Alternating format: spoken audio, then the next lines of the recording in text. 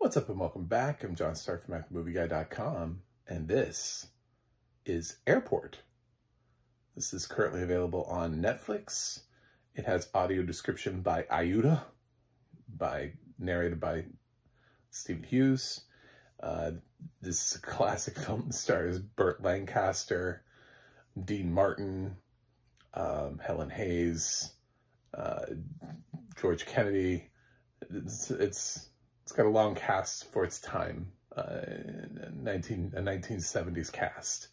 The reason I'm watching it is because it was the Best Picture nominee.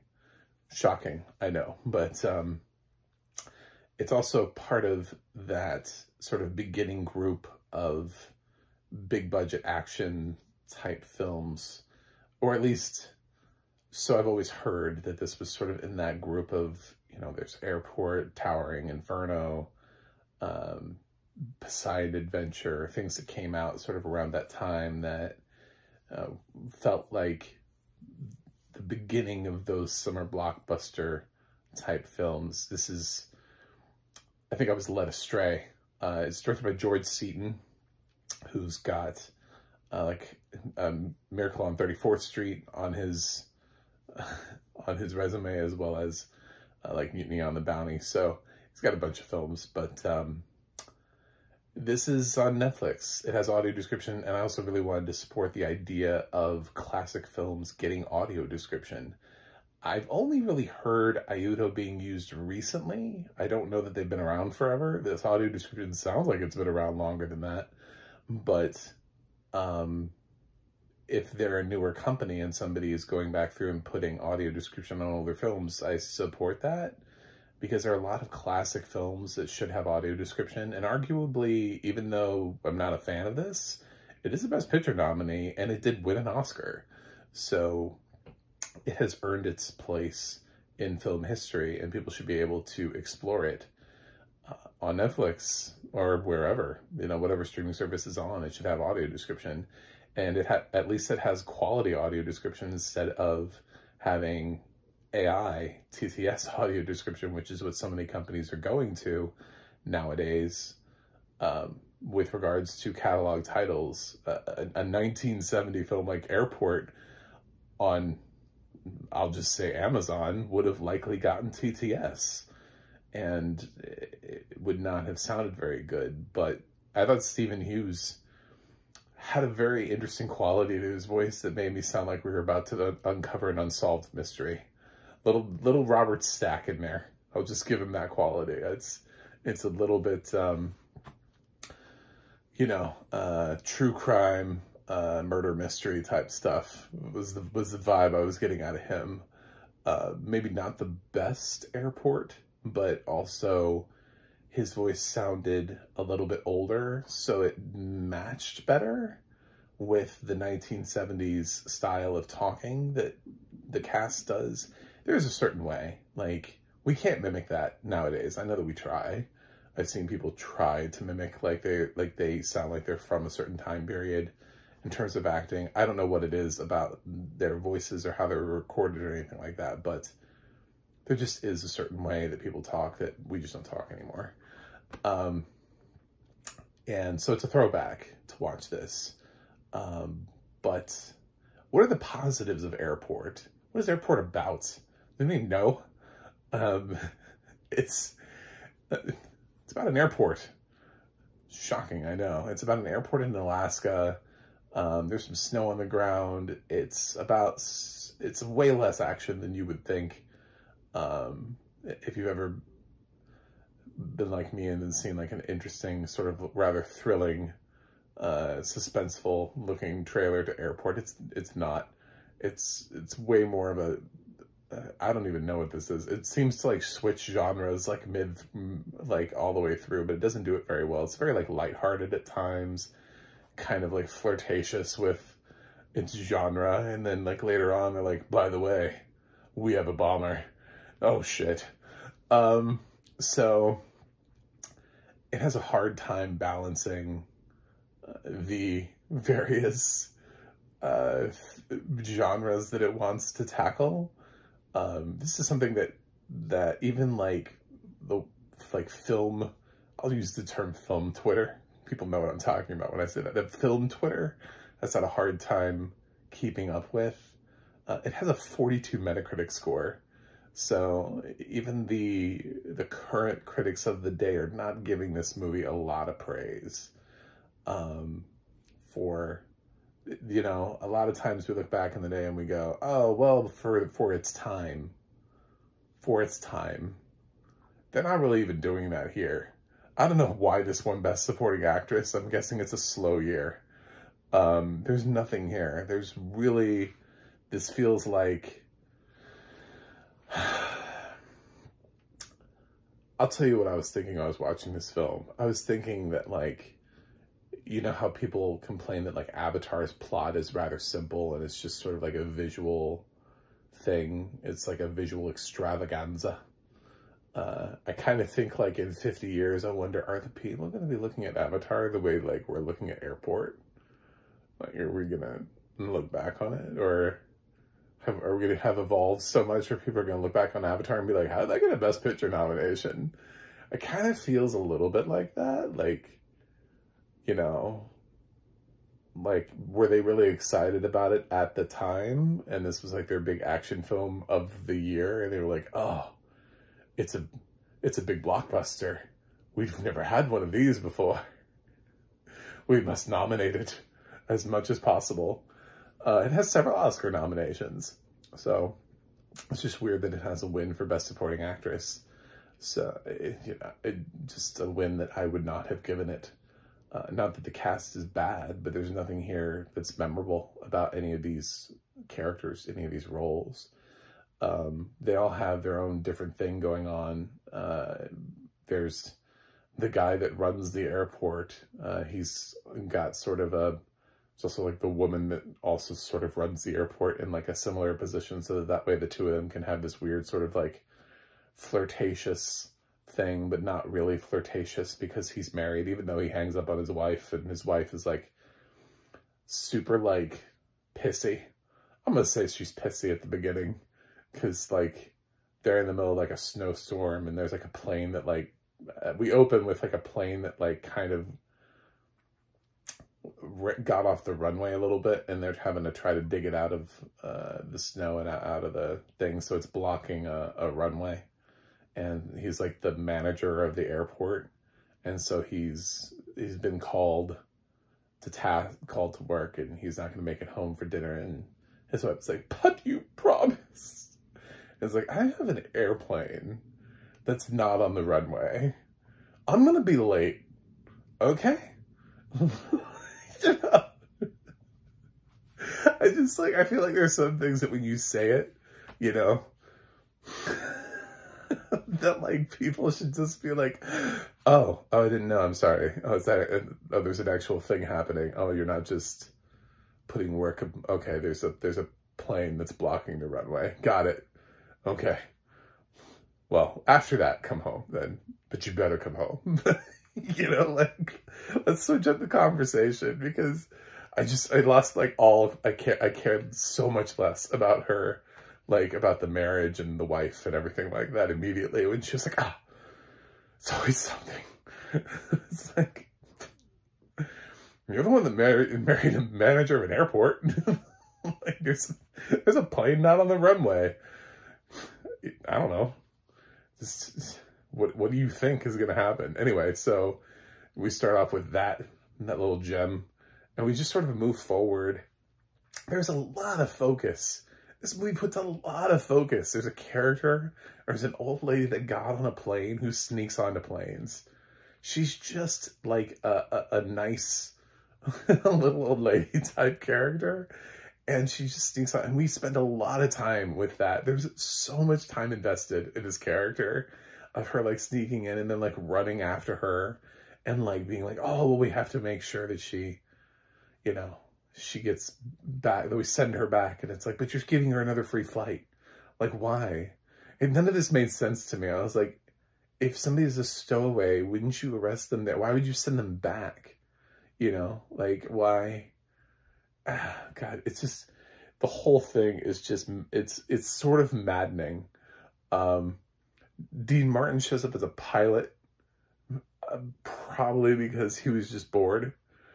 But I mean, he's fine.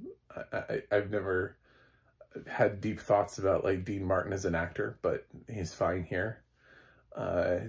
We have a guy that has a bomb on board, and his wife is like freaking out, and that leads to some tension and mild action. For 1970s, I'm sure this movie had like pulses racing, you know. Even though they had already seen like King Kong and Godzilla and stuff like that back in the day, I'm sure this was like, yeah, wow, this movie is intense. But to be fair, it is like PG. So for PG film, I guess this was before we had PG-13 as a rating. So it's not R, because there's nothing really here to make this film R. Yeah, but I'm sure this would have been PG-13 rating had it gotten it. There's some suggestive dialogue, sexually suggestive dialogue, but very tame for the 1970s, you know? Yeah, it's, I thought this film was really just boring. I was trying to do the thing where I like appreciate and put myself in like 1970 and be like, okay, so if it was 1970, would I have enjoyed this?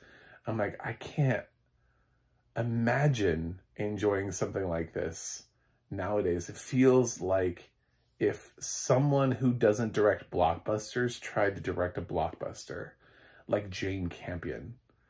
You know what I'm saying? Like if Armageddon, instead of being directed, you know, if it wasn't like a Jerry Bruckheimer, Michael Bay thing, if they were like, but what if Jane Campion directed Armageddon? I feel like this is what would happen. You know, we get something like this. It's like a different sort of meditative look on an action summer blockbuster. It's just slow. It's just really slow. It's not very exciting. I appreciate the throwback of it. I don't really know what to do with a grade level of this. It's so weird because I feel like this film did get a Best Picture nomination, and I'm sitting here going, if I gave this film like a D, I don't think I would. I personally wouldn't care, but at the same time, I'm trying to find a cinematic relevance and like a reasonable grade to give Airport, and think about like, okay, so for its time, you know, I don't have the ability to sit there and be like, well, the visual effects. Did I think the score was great? Not really. Score is not really memorable. I mean, it was fine. It wasn't like distracting. It wasn't like The Other Way where it was like, what is this music? But it's also not memorable. It's not something where I was like, wow, this score. Just 2 years later, they'll release The Poseidon Adventure, which was something I did watch recently. And I watched without audio description. But I can tell you that movie was way more intense. They go more for it. I mean, it's more intense for its time period, but, yeah, it has more going for it. And even though I, did it while I was trying to, you know, slowly berate stars into getting audio description, it was a more, exciting film. This is not. But then again, Poseidon Adventure doesn't get a Best Picture nomination. So, to be fair, when you add that sort of dramatic element to it, you end up wooing Oscar voters. So by slowing down the pace, they got an Oscar nomination for Best Picture. So, you know, I don't think it's warranted. I think there has to be something else that's better from 1970. There just has to be. This is a film that just doesn't hold up. It's so interesting. What I will say is interesting to look back on a film like this that looks at an airport and to see the way airports used to be versus the way airports are now. Like people just like wandering around doing things. The fact that she can even get on a plane, she can get all the way to the gate through just like a little scheme. She's like, oh, my son dropped his wallet. Like nowadays it'd be like, ma'am, we're going to tackle you now because that's what we do. You know, She has a bottle of water. Tackle her. Yeah, it's so unlikely that you could do Airport now, you know? Airport, a remake of Airport today put against this one would be one of the more interesting things that I would love to see, would be them trying to make this as much as humanly possible, as close to the original story, but just with the changes that they have to make, because now we have TSA. Because now we have like thousands of people going through airports, and Boeing is like losing parts of planes and stuff. Like, I mean, like, it's a wholly different plane, wholly different a world that we live in. So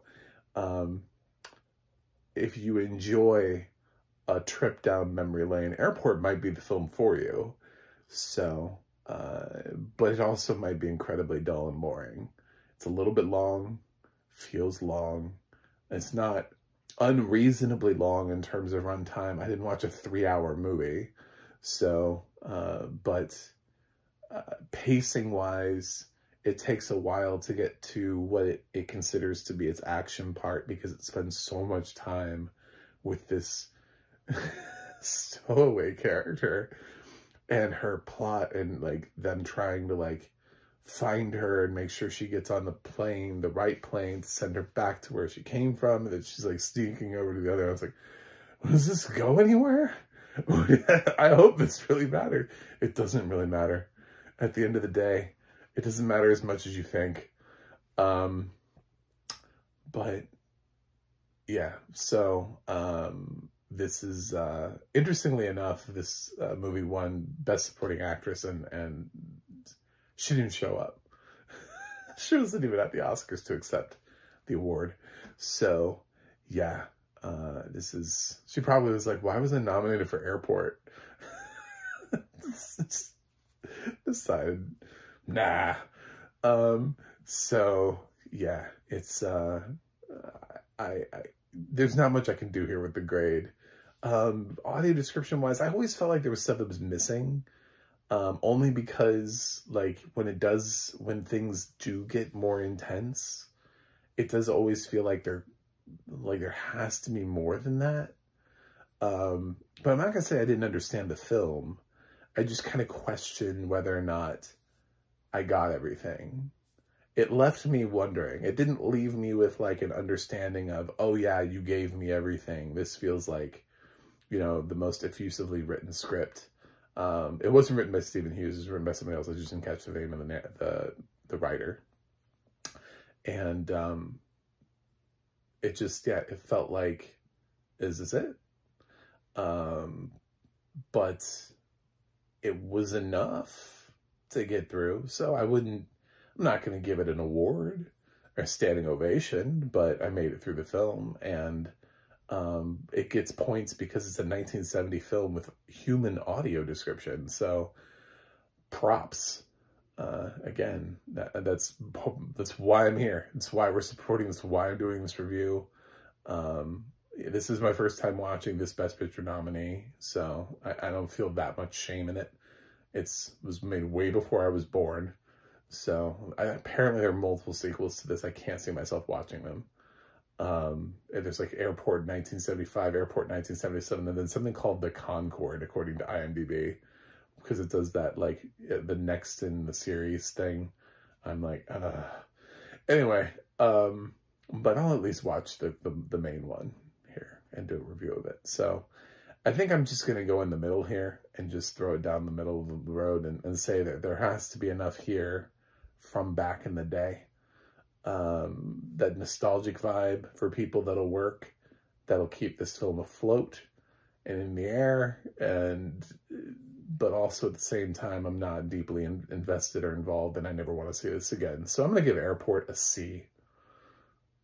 It's just, you know, definitely, I feel like there has to be something else from 1970 that probably was a better film. Although, arguably, there are lots of films that don't stand the test of time that are technically good films, but we also just never talk about them again. And Oscars are great for nominating those films. There are so many films that are Oscar nominated that, you know, like somebody gets nominated for like Best Supporting Actor from something you've never heard of. And then you're like, what is that film? 40 years later, nobody's seen it, you know? Has anybody seen? I don't know. I don't remember that film. Yeah, it becomes a little bit of a shame. So, at